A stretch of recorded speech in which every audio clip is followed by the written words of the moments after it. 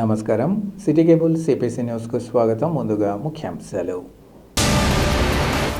శ్రీ సీతారాముల కళ్యాణోత్సవం మహాశోభయాత్రలో ప్రతి ఒక్కరూ పాల్గొని శ్రీరామచంద్రుని అనుగ్రహాన్ని పొందాలి. ప్రజలకు అయోధ్య ఐక్యవేదిక నాయకుల పిలుపు. నూతన అధ్యక్షుడి ఆధ్వర్యంలో జిల్లాలో బీజేపీ బలోపేతానికి ప్రతి కార్యకర్త కృషి చేయాలి. నూతన జిల్లా అధ్యక్షుడి ఎంపిక సందర్భంగా మాజీ మంత్రి జమ్మలమడుగు ఎమ్మెల్యే ఆదినారాయణ రెడ్డి వెల్లడి. అయోధ్యలో బాలరాముని ప్రతిష్ఠ జరిగి ఏడాది పూర్తయిన సందర్భంగా కడప నగరంలో నిర్వహించనున్న శ్రీ సీతారాముల కళ్యాణోత్సవం మహాశోభయాత్రలో ప్రతి ఒక్కరూ పాల్గొని శ్రీరాముని అనుగ్రహాన్ని పొందాలని అయోధ్య ఐక్యవేదిక నాయకులు పిలుపునిచ్చారు. కడప నగరంలోని మున్సిపల్ మైదానంలో ఏర్పాటు చేసిన విలేకరుల సమావేశంలో వారు మాట్లాడారు. గత ఏడాది తొలిసారిగా ఈ శోభాయాత్ర కడప నగరంలో నిర్వహించగా ప్రస్తుతం గతం కంటే ఎంతో వైభవంగా, ప్రశాంతంగా, నిండైన భక్తిభావంతో శోభాయాత్ర సాగుతుందని తెలిపారు. ఉదయం 6 గంటల నుంచి మున్సిపల్ మైదానంలో శ్రీ సీతారాముల కళ్యాణోత్సవం, అనంతరం ప్రసాద విస్తరణ ఉంటుందన్నారు. 9:30 గంటలకు నగరంలో మహాశోభాయాత్ర ప్రారంభమవుతుందని వారు తెలిపారు. ఈ సందర్భంగా భక్తులకు ఎక్కడ ఎలాంటి ఇబ్బందులు తలెత్తకుండా చర్యలు చేపట్టామన్నారు. శోభాయాత్ర అంగరంగ వైభవంగా పలు రకాల ఆధ్యాత్మిక, సాంస్కృతిక కార్యక్రమాలతో కన్నుల పండుగగా సాగుతుందన్నారు. భక్తులంతా శ్రీరామునిపై సంపూర్ణ భక్తితో యాత్రకు తరలి రావాలని, దీన్ని అందరూ శ్రీరామ కార్యంగా భావించాలని వారు సూచించారు. యాత్ర ముగిసే వరకు ప్రతి కూడలిలో అల్పాహారం, పానీయాలు అందుబాటులో ఉంచామని వారు తెలిపారు. ఈ కార్యక్రమంలో అర్చక సమాఖ్య ప్రతినిధి విజయ్ భట్టర్, 25వ డివిజన్ కార్పొరేటర్ సూర్యనారాయణరావు, అయోధ్య ఐక్యవేదిక నాయకులు వెంకటరెడ్డి తదితరులు పాల్గొన్నారు.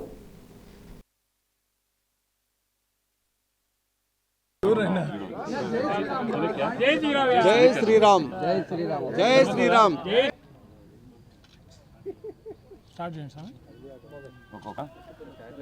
అందరికి జనాలు తెలిసేదాన్ని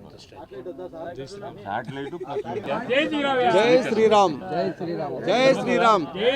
మన భారతదేశంలో అత్యంత ఆధ్యాత్మికమైనటువంటి క్షేత్రం ఏదంటే అయోధ్య. ఆ అయోధ్యలో రామచంద్రమూర్తి, బాలరామచంద్రమూర్తి ప్రతిష్ట గత సంవత్సరం 2024 సంవత్సరంలో జనవరి 21వ తారీఖు స్వామివారి యొక్క ప్రతిష్టా కార్యక్రమ మహాసంప్రోక్షణ 21, 22 తేదీల్లో విశేషంగా జరిగింది.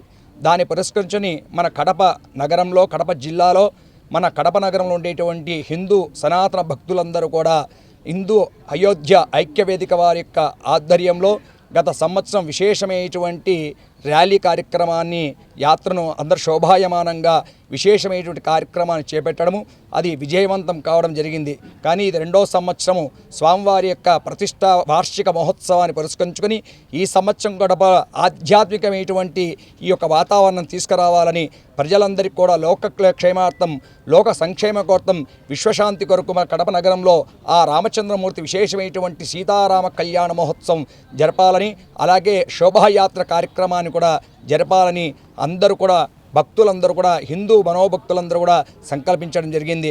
అందులో భాగంగానే ఈ నెల 22వ తారీఖు ఉదయం 6 గంటల నుండి విశేషంగా ఇక్కడ వేదికలో విశేషమైనటువంటి ఆ సీతారామచంద్రమూర్తి స్వామివారి ఒంటిమిట ఏకశిలానగరం ఏ విధంగా ఆ కళ్యాణ మహోత్సవం పాంచరాత్ర ఆగమరీత్యా, వడగల సంప్రదాయం రీత్యా స్వామివారి కళ్యాణోత్సవం జరుగుతుందో అదేవిధంగా ఇక్కడ స్వామివారి యొక్క కళ్యాణ మహోత్సవాన్ని చేటుకు ఇక్కడ ఏర్పాట్లన్నీ కూడా జరుగుతున్నాయి. ఈ విశేషమైనటువంటి సీతారామ కళ్యాణ మహోత్సవంలో ప్రతి ఒక్క హిందూ భక్తులందరూ కూడా పాల్గొని ఆ రామచంద్రమూర్తి అనుగ్రహానికి పాత్ర కావాల్సిందిగా ప్రార్థన చేసుకుంటూ సర్వే జనా సుఖినో భవంతు, సమస్త సమ్మంగళాని భవంతు.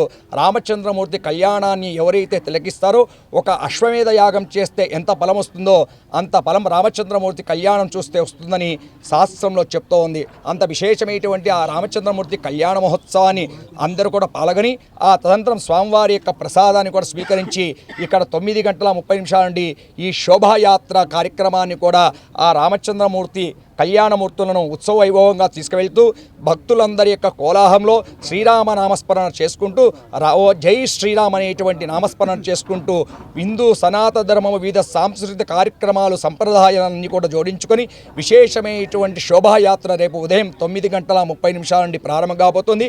కళ్యాణోత్సవాన్ని తిలకించి వెంటనే ఇక్కడనే స్వామివారి యొక్క ప్రసాదాన్ని, స్వామివారి ముత్యాల అక్షింతలను కూడా స్వీకరించి ఇక్కడి నుంచే శోభాయాత్రగా అయోధ్య ఐక్యవేదిక సభ్యులందరూ కూడా తగినటువంటి ఏర్పాట్లన్నీ కూడా చేసి ఉన్నారు.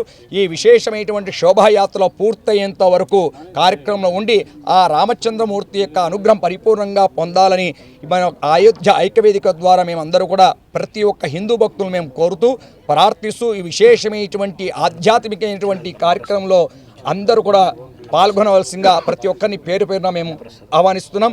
అలాగే ప్రతి ఒక్కరికి మంచినీటి సదుపాయం, ఉండడానికి తగినటువంటి భోజన సదుపాయాలు, తగినటువంటి అన్ని విధాల ఇక్కడ తగినటువంటి ఏర్పాట్లు కూడా ఈ కార్యనిర్వాహకులందరూ కూడా ఏర్పాటు చేయడం జరిగింది.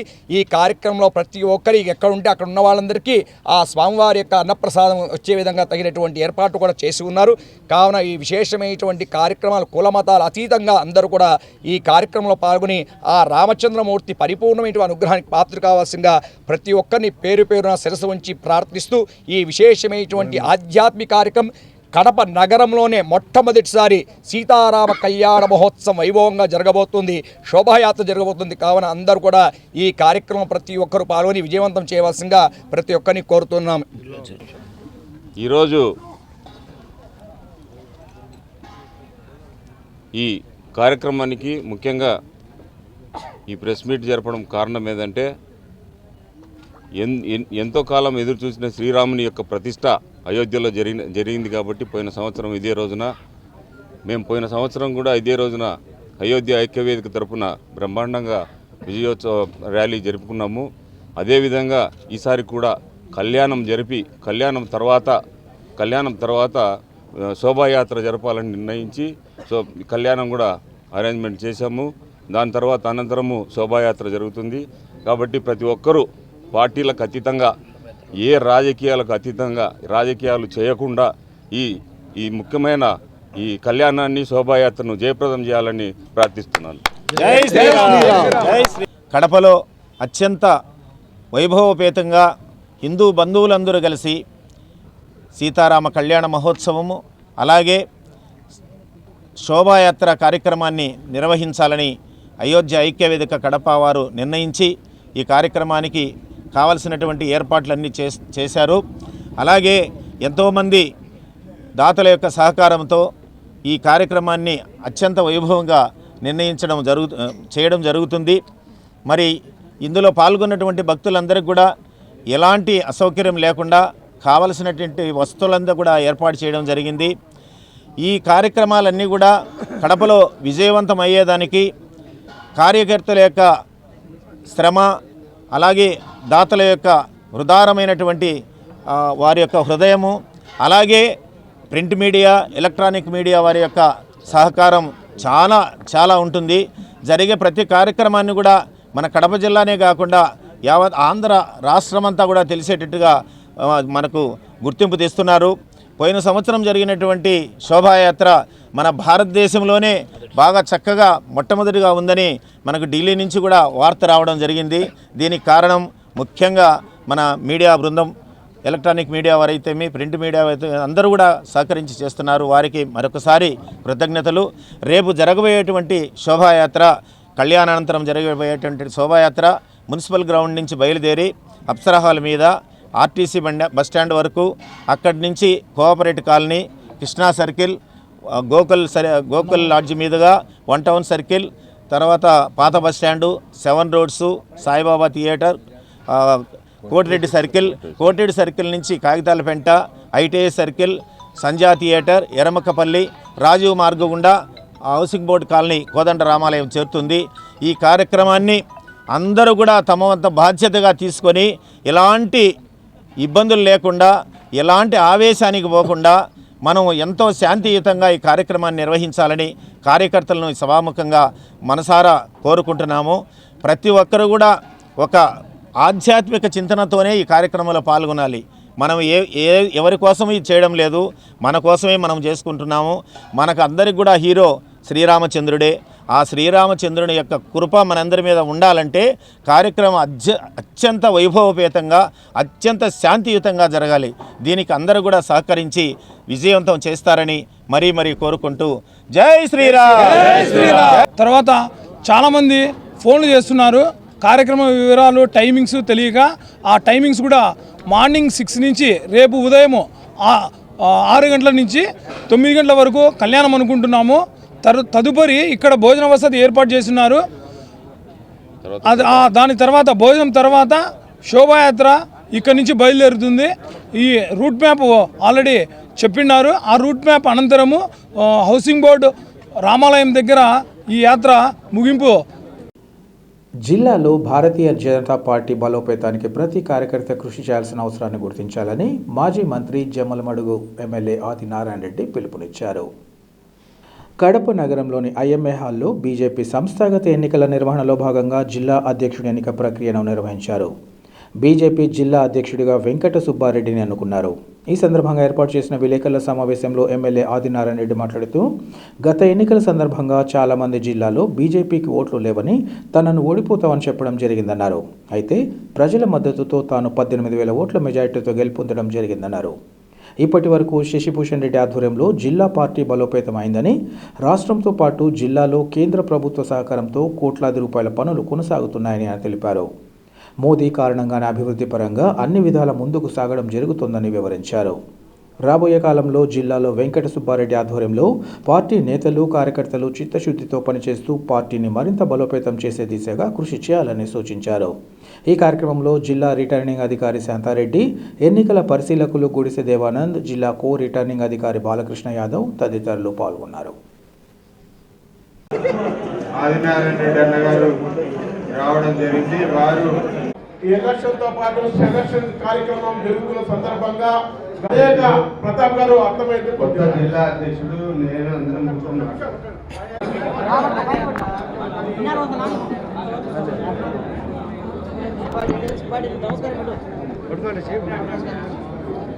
భారత్ మాతా కి జై, భారత్ మాతా కి జై, భారత్ మాతా కి జై.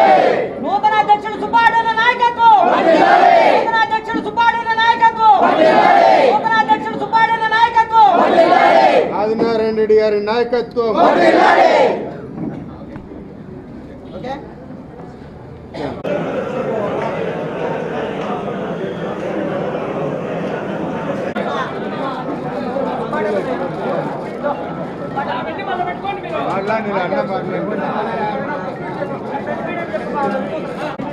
ఏమి వినపడుతుంది అంటే నాకు అర్థమైంది. నీకు వినపడుతుంది సార్, మా వాళ్ళకి వినపడాలి కదా అని.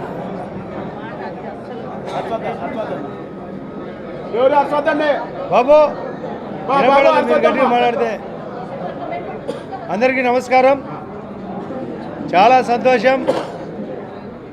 ఇక్కడ పార్టీ తరఫున సీనియర్లుగా చాలా సంవత్సరాల తరబడి అబ్జర్వర్గా వచ్చిన శాంతారెడ్డి గారికి, దేవానందరెడ్డి గారికి, చాలామంది పార్టీ అధ్యక్షులు కావాలనే ఉద్దేశంతో సెలెక్ట్ అయ్యేదాని కోసం ఒక ప్రపోజల్ వచ్చింది.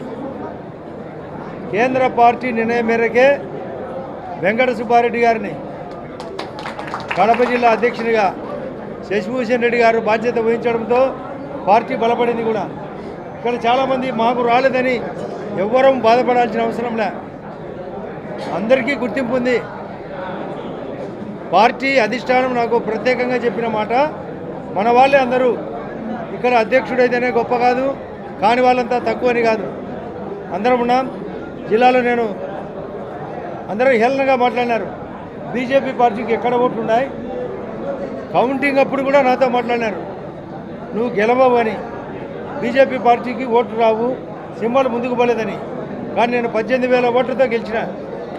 నాకు మా వాళ్ళందరూ ఇక్కడ చాలామంది సపోర్ట్ చేశారు. నేను ఎంపీ అభ్యర్థిగా నిలబడి ఉంటే ఎంపీగా గెలిచేవాని. వెంకట సుబ్బారెడ్డి గారు బాధ్యత తీసుకున్న తర్వాత చాలా కొన్ని విషయాలు ఇప్పుడే మైదుకూరి విషయం చెప్తున్నారు. జమ్మలమడుగులో ఎలాంటి పోలీసు ప్రాబ్లం రావడంలే, రెవెన్యూ ప్రాబ్లం రావడంలే. మోడీ గారు చేసే పనుల వల్లనే, మననే అమిత్ షా గారు చెప్పినట్లు ఈ రాష్ట్రానికి 3 ఇంపార్టెంట్ ఇచ్చేది వాస్తవం. బీజేపీ సొంత రాష్ట్రాల కంటే కూడా మన ఆంధ్రప్రదేశ్ ఎన్డీఏ కలయిక కాబట్టి, జనసేన పవన్ కళ్యాణ్ గారి యొక్క సపోర్ట్ కూడా ఉంది కాబట్టి అమరావతి నీళ్ళైపు వచ్చింది.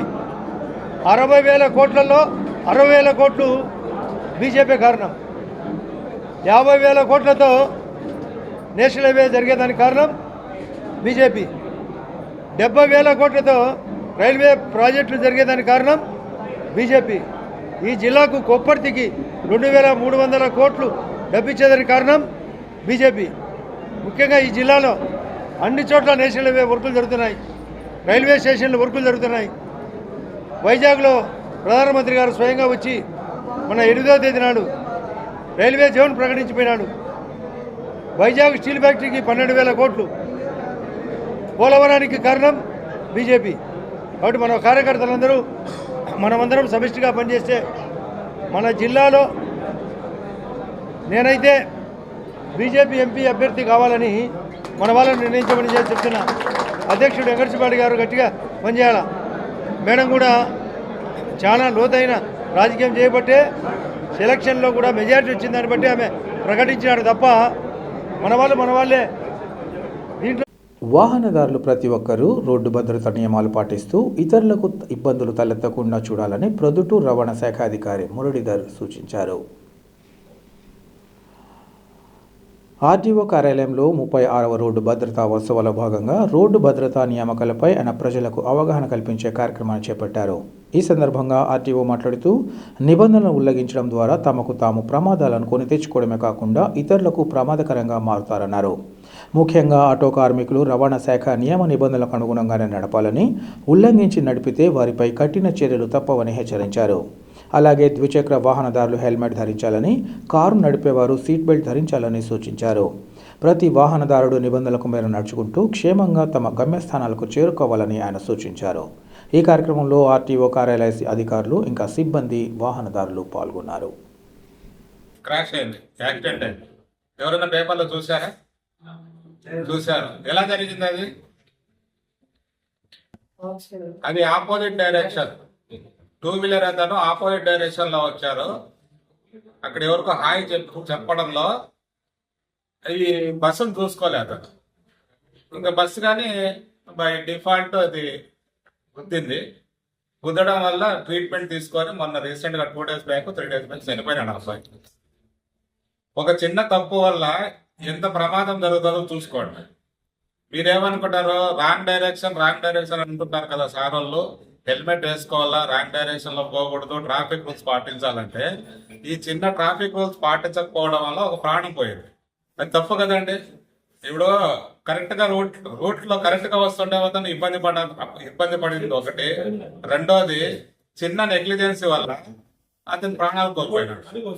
అదే హెల్మెట్ ఉండింటే అతను కంపల్సరీ బతికే అతను, ఎందుకంటే అంత స్పీడ్ లేదు అది. సో దాని గురించి చెప్పేది ఏమంటే, మీకు సంవత్సరంలో ఒకసారన్నా మీరు ఈ రోడ్డు యూజర్స్ ఎవరైతే ఉన్నారో రోడ్డు నిబంధనలు పాటించాలని చెప్పేసి సంవత్సరానికి ఒకసారి మీకు గుర్తు చేయడానికి ఒక పండగ మాదిరి చేస్తారు. ఇప్పుడు మనం చేసే నెల రోజుల ప్రోగ్రాము మీరు సంవత్సరానికి అంతా సరిపోయేటట్ల ప్రోగ్రామ్స్ నడుపుతున్నాము. అట్లా మీరు సంవత్సరం అంతా గుర్తు పెట్టుకొని ట్రాఫిక్ రూల్స్ పాటించేసి హెల్మెట్ ధరించి రాంగ్ డైరెక్షన్స్ పోకుండా జాగ్రత్తగా మన వెహికల్ ని మనం జాగ్రత్తగా ఇచ్చేసుకొని మన ప్రాణాన్ని మనం కాపాడుకుంటే ఆటోమేటిక్ గా ఆపోజిట్ ప్రాణాలని మనం కాపాడడం అవుతుంది. ఎక్కువ ఓవర్లోడ్ లో ఎక్కువ పోతున్నారు. ఒక్కొక్క ఆటోలో కనీసం 15 మంది, 16 మంది, 15 కూడా ఉన్నారు. మీరు పోవాల్సింది. ఇంకోటి హైవేస్ లో వెళ్తున్నారు. హైవేలో పోయే పర్మిషన్ ఆటో వాళ్ళకి లేదు. ఆ పర్మిట్ లో మీకు హైవే ప్రయాణం చేయడానికి లేదు. సో ఆటో వాళ్ళకి చెప్పే విషయం ఏమంటే, ఓవర్లోడ్ వేసుకుంటే పక్కన ముఖ్యంగా డ్రైవర్ సీట్ పక్కనే ఈ పక్క ఉంటారు. బండి డ్రైవ్ చేయడానికి వీళ్ళు కాకుండా మళ్ళీ అతను సెల్ ఫోన్ కూడా మాట్లాడుకుంటాడు. ఇంతమందితో పోవడమే కాకుండా ఫోన్ కూడా మాట్లాడుతూ డ్రైవ్ చేస్తుంటాడు. ఇటువంటివి చాలా మంది చేయడం వల్లనే చెప్పాల్సి వస్తూ ఉంది. అంటే ఒకరిద్దరు చేస్తే ఓకే, కానీ మెజారిటీ విధంగా మీరు ఆటోల్లో చాలా భద్రత లేకుండా ప్రయాణం చేస్తున్నారు. ఇవి కొంచెం తగ్గించుకోవాల్సిందిగా మీకు చెప్పడం జరుగుతుంది. కేసెస్ అయితే రాస్తున్నాం, ఈ మధ్యలో అటెంప్ట్ చేస్తున్నాం. మీరు ఇవి తగ్గించుకోకపోతే మీ కేసెస్ పడతాయి. భద్రతా మాసోత్సవాల్లో భాగంగా మనం బేసిక్ గా రోడ్ యూజ్ చేస్తుంటాం. ప్రతి ఒక్కరు ప్రతిరోజు రోడ్ యూజ్ చేస్తారు. అంటే ఆ రోడ్డు మీద ఉన్న సైన్స్ గురించి మినిమం తెలుసుకోవడం అనేది మన బాధ్యత అనమాట. దాంట్లో 3 types ఆఫ్ సైన్స్ ఉంటాయి మనకు బేసిక్ గా. First one is mandatory science, అంటే తప్పనిసరిగా ఆ సైన్ అనేది కంపల్సరీ ఫాలో చేయాలి. అలాంటి సైన్స్ కొన్ని ఉన్నాయి. నెక్స్ట్ కాషనరీ సైన్స్ అంటే ముందు వచ్చే ఏమన్నా అబ్స్టకల్ కానీ స్పీడ్ బంప్స్ కానీ అనేది ముందే మనకి ఇన్ఫర్మేషన్ వస్తుంది ఆ సైన్ వల్ల. థర్డ్ సైన్ వచ్చేసి informatory science like petrol bunks కానీ రెస్ట్ రూమ్స్ కానీ ముందే ఉన్నాయనే ఇన్ఫర్మేషన్ ముందే వస్తుంది అనమాట. సో అరౌండ్ ఒక 75 to 80 సైన్స్ ఉంటాయి అంతే. అది మనం ఏం సపరేట్గా బట్టి పట్టాల్సిన అవసరం లేదు. ఆ సైన్స్ ఎట్లా డిజైన్ చేశారంటే ఒక చదువుకోని పర్సన్కి కూడా అది చూస్తే అర్థమైపోతుంది. సో అంత ఈజీగా ఉంటాయి అనమాట సైన్స్. జస్ట్ ఒకసారి మీకు ఇచ్చిన పాంప్లెట్స్ లో అన్ని చూడండి, ప్రతి ఒక్క సైన్ అబ్జర్వ్ చేయండి, దేనికి ఏంటి సైన్ అనేది ఒకసారి చదవండి. చదివేసి ఒకసారి చూడండి.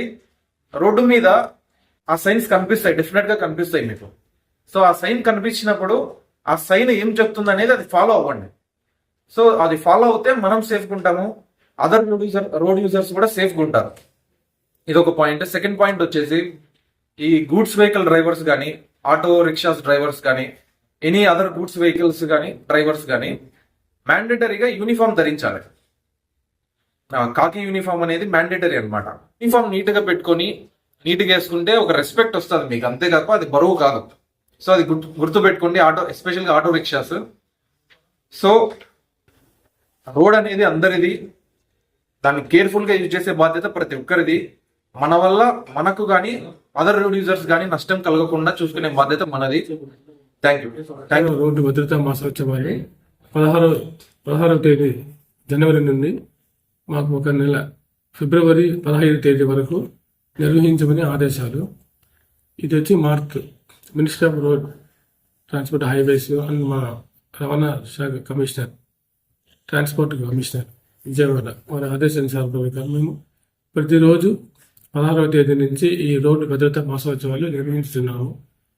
ప్రతిరోజు ఒక్కొక్క షెడ్యూల్ ప్రకారము ఒక్కో రోజు ఈ ఆటో డ్రైవర్లకు ఒక రోడ్డు భద్రత నియమ నిబంధనలు ఏ విధంగా పాటించాలి అంటే ప్రయాణికులను పరిమితికి మించి వెళ్ళకూడదు అనేసి, స్కూల్ పిల్లలను ఆటోలో తీసుకెళ్ళకూడదు అనేసి, సెల్ ఫోన్ మాట్లాడుతూ డ్రైవ్ చేయకూడదు అనేసి, సీట్ పక్కన ఆ పక్క ఈ పక్క ఎవరిని కూర్చోబెట్టకుండా పరిమితికి సీటింగ్ కెపాసిటీ లోపే వాహనం డ్రైవ్ చేయాలనేసి, అటువంటి ఏమైనా ఉంటే మేము కేసులు రాస్తామనేసి ఈరోజు ఈ భద్రతా మాసోత్సవాల భాగంగా నిర్వహించినాము మీటింగ్. సో అందులో భాగంగా ఆటో డ్రైవర్లు నెక్స్ట్ వచ్చి సో వీళ్ళకి కూడా ఈ ఎల్ఆర్కి వచ్చిన వాళ్ళకు నెక్స్ట్ డ్రైవింగ్ లైసెన్స్ టెస్టింగ్ వచ్చిన వాళ్ళకు కూడా మేము ఒక అవగాహన కార్యక్రమం నిర్వహించినాము. ఈ 2 వీలర్ వాళ్ళకు కూడా మేము విన్నవించేది ఏమంటే డ్రైవ్ చేస్తూ రోడ్డుపై వచ్చినప్పుడు వెహికల్ డ్రైవ్ చేస్తూ సెల్ ఫోన్ మాట్లాడుతూ డ్రైవ్ చేసేటప్పుడు సెల్ ఫోన్ మాట్లాడకూడదు అనేసి, ఓవర్ స్పీడ్ పోకూడదు అనేసి, ఈ సిగ్నల్స్ ఏవైతే ఉన్నాయో ఈ పాటించాలనేసి, నెక్స్ట్ ఈ ఆంకింగ్ టైపు ఆ విధంగా నడపకూడదు అనేసి, దానివల్ల వెనకాల వాళ్ళకు ఇబ్బంది, రోడ్డు యూజర్స్ కానీ వెనకాల డ్రైవ్ చేసుకుంటే వచ్చే వాళ్ళకి కానీ. సో అటువంటి వల్ల చాలా ప్రమాదాలు జరుగుతాయి. సెల్ ఫోన్ మాట్లాడటం వల్ల కాన్సన్ట్రేషన్ దెబ్బతింటుంది. సో అదేవిధంగా 4 వీలర్ డ్రైవ్ చేసిన వాళ్ళకు నేను వినిపించేది ఏమంటే సీట్ బెల్ట్ కంపల్సరీగా ధరించవలసింది, సెల్ ఫోన్ మాట్లాడకూడదు.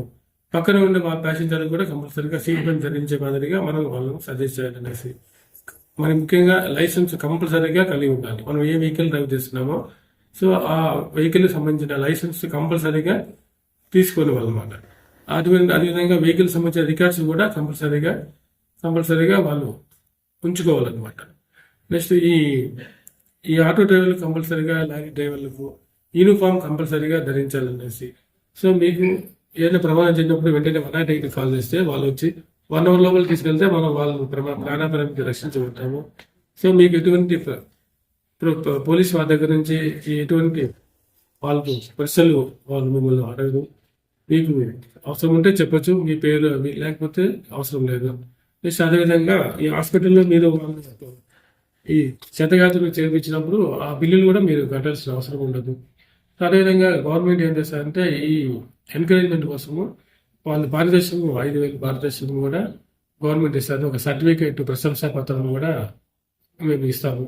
మాసోత్సవాల్లో భాగంగా ఇంకా ప్రతి కాలేజీలో వెళ్ళి ఈ రోడ్ సేఫ్టీ రూల్స్, మెజర్మెంట్స్, ఈ ప్రమాదాలు అరికట్టాలి ఏ విధంగా జరగకుండా మన జిల్లాలో మన వంతు మన కృషి చేయాలనేసి మేము ఒక షెడ్యూల్ ప్రకారం కాలేజీలలో నెక్స్ట్ వచ్చి ఒక హిపోయిజము స్కూల్ పిల్లవాళ్ళకు ఒక క్విజ్ కాంపిటీషన్ అవి నిర్వహించాము. నెక్స్ట్ ఒక మోటార్ వెహికల్ హెల్మెట్ ధరించాలనేసి ఒక మోటార్ వెహికల్ ర్యాలీ అది నిర్వహించడానికి ప్లాన్ చేసినాము. మా వంతు మేము ఈ పోలీసుల సహకారము R&D వాళ్ళ సహకారంతో ఈ ప్రతి సంవత్సరము ఈ మాసోత్సవాల భాగంగా చాలా వరకు మా వంతు కృషి చేసి ఏ విధంగా రోడ్డు ప్రమాదాలు తగ్గించడానికి తగు చర్యలు తీసుకోవాలనేసి ఈ ప్రజల్లో ఒక అవగాహన కార్యక్రమాలను నిర్వహించడానికి మేము గవర్నమెంట్ ఆదేశాల ప్రకారము ఈ రోడ్డు మార్చాలు అయినా కూడా నెక్స్ట్ మేము నెలకు ఒకసారి స్కూల్లో కాలేజీలలో ఈ అవగాహన సదస్సులు నిర్వహిస్తాము. కడప నగరంలో రేపు జరిగే శ్రీ సీతారాముల కళ్యాణోత్సవం మహాశోభాయాత్రలో ఆర్యవైశ్యులు ప్రతి ఒక్కరూ పాల్గొనే కార్యక్రమాన్ని జయప్రదం చేయాలని కడప నగర ఆర్యవైశ్య ప్రముఖులు సూర్యనారాయణరావు, పడుచూరి వెంకటేశ్వర్లు పిలుపునిచ్చారు. కడప నగరంలోని అమ్మవారిశాలలో వారు మీడియాతో మాట్లాడుతూ శ్రీరామ శోభాయాత్రకు అపూర్వమైన రీతిలో కొనసాగుతుందన్నారు. అయోధ్యలో శ్రీ బాలకృష్ణుని విగ్రహం ఏర్పాటు చేసి ఏడాది గడిచిన సందర్భంగా ఈ కార్యక్రమాన్ని చేపట్టామని వివరించారు. గత సంవత్సరం కంటే ఈసారి ఎక్కువ మంది భక్తులతో ఈ శోభాయాత్ర సాగాలన్న ఆశయంతో ఏర్పాట్లు చేశామన్నారు. ఉదయం 6 గంటలకు మున్సిపల్ మైదానంలో శ్రీరామచంద్రుని కళ్యాణోత్సవం కమనీయంగా కొనసాగుతుందన్నారు. అనంతరం ప్రారంభమయ్యే మహాశోభయాత్ర నగరంలోని ప్రధాన కూడల మీదుగా సాగుతుందన్నారు. యాత్రలో భక్తులకు ఎలాంటి అసౌకర్యం కలగకుండా ప్రతి చిన్న పెద్ద కూడలలో భక్తులకు స్వచ్ఛందంగా భోజనం, అల్పాహారం, మంచినీరు, శీతల పానీయాలను అందించేందుకు పెద్ద ఎత్తున ఏర్పాట్లు చేశామన్నారు. అత్యంత పవిత్రమైన ఈ కార్యక్రమంలో ఆర్యవైశ్యులు కూడా పాల్గొని స్వామి అమ్మవార్ల ఆశీస్సులు పొందాలని వారు సూచించారు. ఈ కార్యక్రమంలో ఆర్యవైశ్య సంఘం ప్రతినిధులు, పలువురు భక్తులు పాల్గొన్నారు. ఆ యొక్క సీతారామ లక్ష్మణ స్వామి వారికి ఈ యొక్క ఘనంగా శోభాయాత్ర నిర్వహించడం జరుగుతుంది. ఈ అయోధ్య కమిటీ ఆధ్వర్యంలో ప్రతి ఒక్క హిందువు కూడా కుల మతాలకు అతీతంగా ప్రతి ఒక్కరు కూడా ఈ కార్యక్రమంలో పాల్గొని హిందువుల యొక్క విశ్వాస పాత్రుడైనటువంటి ఆ రాముడి శరణములే మనకు ఆదర్శంగా, ఆయన పాలనే మనం ఆదర్శంగా తీసుకుని ముందుకు సాగుతున్న ఈ నేలపైన జరుగుతున్నటువంటి ఈ శోభాయాత్రలో ఆర్యవైశ్యులందరూ కూడా ప్రతి ఒక్కరు కూడా పాల్గొని శోభాయాత్రలో విచ్చేస్తున్నటువంటి శ్రీ సీతారాముల వారికి కాయా కర్పూరాన్ని సమర్పించుకొని ఆ స్వామివారి ఆశీస్సులు తీసుకోవాల్సిందిగా ప్రతి ఒక్కరిని కోరుతున్నాం. ప్రతి ఒక్క ఆర్యవైశ్యుడు కూడా రేపు 22వ తారీఖున ఉదయం నుంచి మీ యొక్క వ్యాపార సముదాయాలను కూడా పనిచేసుకొని ఆ రాముని యొక్క సేవలో తరించవలసిందిగా మీ అందరినీ సవినయంగా కోరుకుంటున్నాం. జై శ్రీరామ్, జై జై శ్రీరామ్. జై వాసవి, జై జై వాసవి. ఈరోజు జై శ్రీరామ్, జై జై శ్రీరామ్. అలాగే ఈరోజు శుభ సమయం ఎందుకు పాల్గొనడం ఎందుకనగా మర్నాడు జరగబోయే శ్రీరామ శోభాయాత్ర ఘనంగా నిర్వహించాలని, అది మా ఏబీఎస్పీ కడప క్లబ్ ఆధ్వర్యంలో 101 మంది సభ్యులతో ఘనంగా అక్కడ పాల్గొనడం జరుగుతుంది. మీరు అందరూ 50 మంది హిందువులందరూ ఏకమై ఈ శోభాయాత్రను జీవితం చేయాలని కోరుతున్నాం. జై వాసవి, జై జై శ్రీరామ్. అయోధ్యలో బాల శ్రీరాముని ప్రతిష్ఠించి ఏడాది గడిచిన సందర్భంగా తొలి వార్షికోత్సవంగా కడప నగరంలో రేపు శ్రీరామ మహాశోభాయాత్రను నిర్వహణకు అన్ని ఏర్పాట్లు పూర్తి చేశారు. కార్యక్రమాలలో భాగంగా మున్సిపల్ మైదానంలో నిర్వహించే కళ్యాణోత్సవం మహాశోభాయాత్రకు సర్వం సిద్ధం చేశారు. శోభాయాత్రలో ప్రధాన ఆకర్షణగా నిలిచేలా శ్రీరాముని భారీ విగ్రహాన్ని ఏర్పాటు చేయనున్నారు. కార్యక్రమంలో భాగంగా స్థానిక హౌసింగ్ బోర్డు రామాలయం నుంచి మంగళవారం సాయంత్రం నగరంలోని ప్రముఖ కూడళ్ల మీదుగా ఊరేగింపుగా శ్రీరాముని విగ్రహాన్ని మున్సిపల్ మైదానానికి చేర్చారు. అనంతరం విగ్రహాన్ని కళ్యాణ వేదిక వద్ద ఉంచి పూజలు నిర్వహించారు. ఈ కార్యక్రమంలో అయోధ్య ఐక్యవేదిక ప్రతినిధులు ఇంకా భక్తులు పాల్గొన్నారు.